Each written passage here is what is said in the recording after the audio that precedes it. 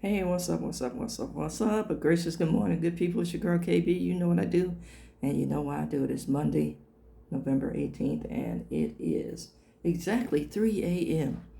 Now, I just read the headline or the opening for just for today. But before I get into that, I want to say that, we often pose the question, who hurt you?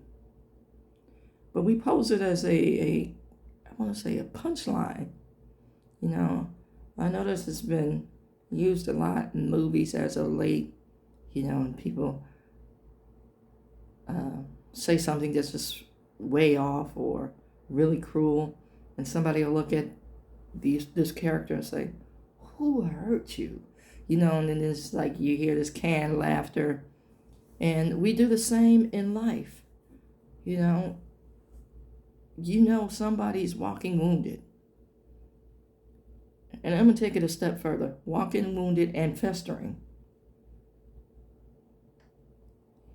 And I don't know, in my line of work, I see that a lot, both in the literal and figurative sense. Walking wounded and festering. And the festering has a smell.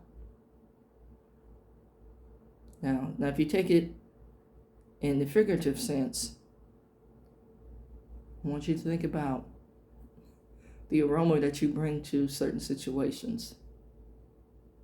Yeah, that part.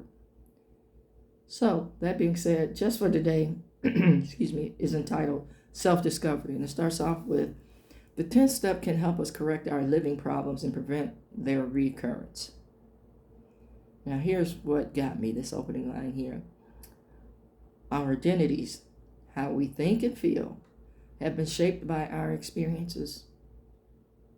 So, let's go to that tagline now. Who hurt you? If we think about our experiences, I talk about my anger a lot because I know it's there. And I know what caused it. I know what triggers it. Some days I can reroute, and other days it's a real struggle for me. And again, I can identify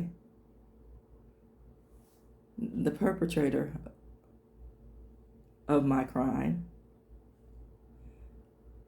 right?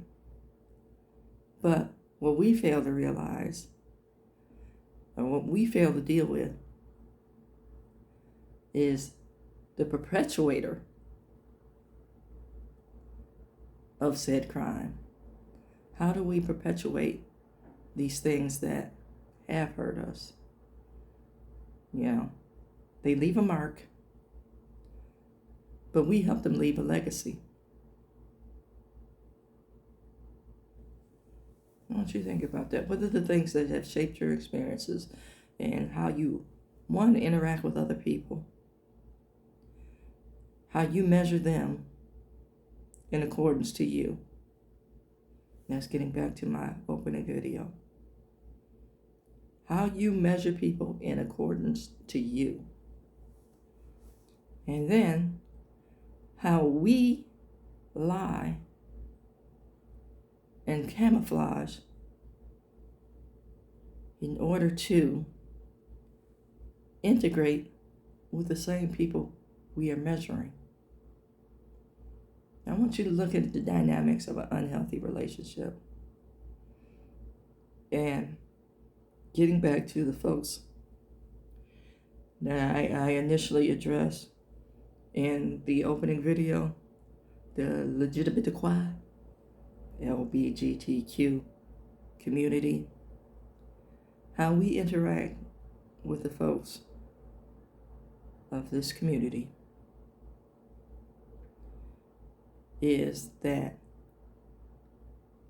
a lot of times we teach them to lie about who they are in order to integrate with us. So, what kind of relationship can you really, truly have if you can't be your authentic self? What kind of relationship can you truly have with God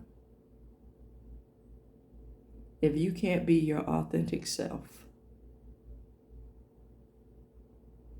You know, that's like saying, I'm going to get healthy before I go to the doctor. Then I'll tell them about my symptoms. Now, did you really get healthy, or did you start to learn to live that lie? Because your symptoms were grave enough for you to think about the need for a doctor.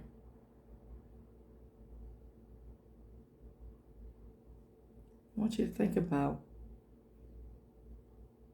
what we tell one another, how we interact with one another, how we think we get to be the gatekeeper.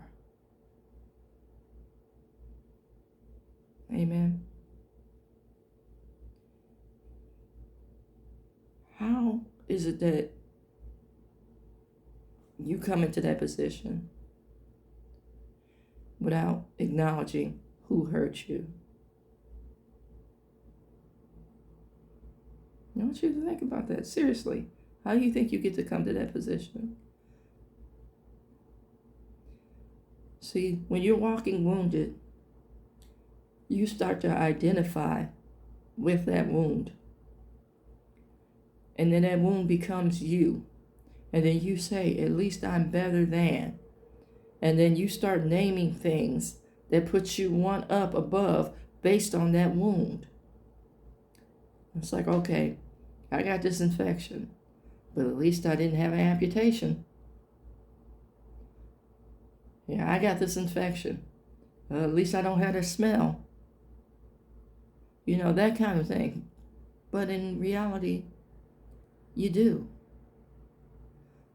The amputation is that you cut yourself off from God and other people by being disingenuous.